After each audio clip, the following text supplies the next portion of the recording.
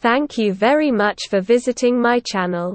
If not difficult, like and subscribe to my channel to always be aware of events. As Russian missile strikes continued across the country, Ukraine were last night warned to prepare for blackouts. A Kyiv power installation had to have emergency repairs after it was damaged in a bombing raid, and officials called for energy rationing. The capital was plunged into darkness, but Governor of Kyiv Oblast, Oleksiy Kuleba, said no one was killed or wounded in the attack. Bridge explosion. The state operator has called for energy rationing for the 3 million people in Kyiv between 5 p.m. and 11 p.m., along with Zhytomyr, Cherkasy and Chernihiv, according to The Sun.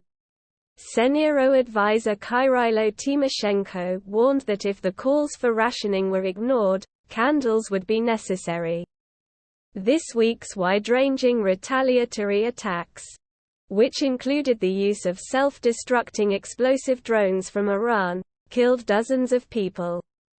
The strikes hit residential buildings as well as civil infrastructure such as power stations in Kyiv. This comes after the Kremlin launched what is believed to be its largest coordinated missile attacks in Ukraine since the initial invasion of the country in late February as revenge for the Kerch. Electricity transmission company Ukrenergo said repair crews were working to restore electricity service, but warned residents about further possible outages. Lviv in western Ukraine, and other cities that had seen comparatively few strikes in recent months. Russian President Vladimir Putin said Friday that Moscow did not see a need for additional massive strikes, but his military would continue selective ones. He said that, of 29 targets the Russian military planned to knock out in this week's attacks, 7 weren't damaged and would be taken out gradually. The Institute for the Study of War, a think tank based in Washington, interpreted Putin's remarks as intended to counter criticism from pro-war Russian bloggers who largely praised the resumption of strikes against Ukrainian cities but warned that a short campaign would be ineffective.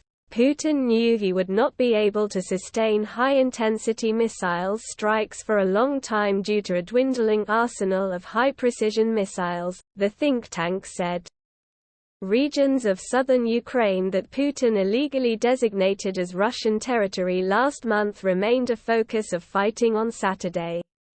Ukrainian forces pressed on with a campaign to recapture the mostly Russian-occupied Kherson region.